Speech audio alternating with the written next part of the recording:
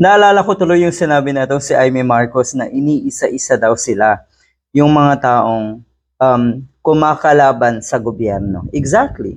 Bakit nyo kasi kinakalaban ang gobyerno natin? Kung titingnan naman natin, wala naman kayong mga buting rason, mga konkretong ipinaglalaban. O inamin nyo rin na pinaglalaban nyo or kinakalaban nyo ang gobyernong ito. Hindi lang kayo basta-basta nag-criticize eh.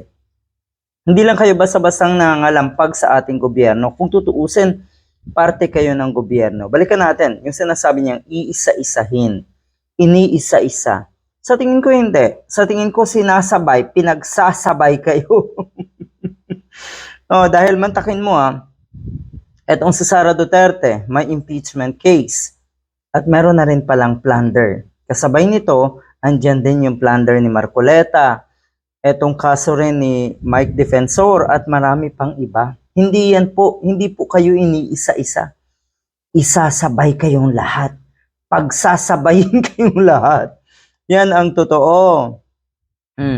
Kasi ang sinasabi, yung plunder case nga daw din etong si Sara Duterte ay ayan na. At ikinasa na rin. Meron na ring plunder case etong si Sara Duterte sa ombudsman. At yan ay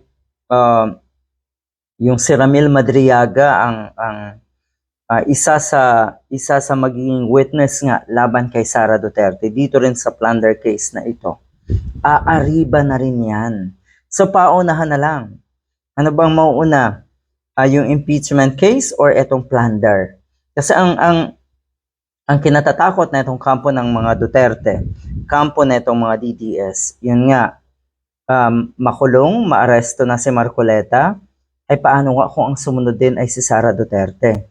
May kaso rin si Robin Padilla at may kaso rin sa ICC, etong si Bongo. Sino pa ang matitira sa inyo? Lagas na lagas.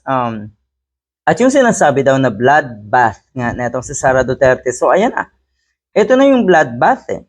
Hindi lang masyadong halata. Pero sa tingin ko, kayo ang nagdudusa dyan sa hamon nyo na bloodbath. Kasi ang hirap na ito eh. Ang hirap nung kaliwat kanan meron kang kaso. Buti sana kung mga kasong ito ay mahihina. Wala lang. Pero ang totoo niyan, yung lahat ng kasong ito ni Sara Duterte ay malakas at sigurado makukonvict ang isang ito. Good luck.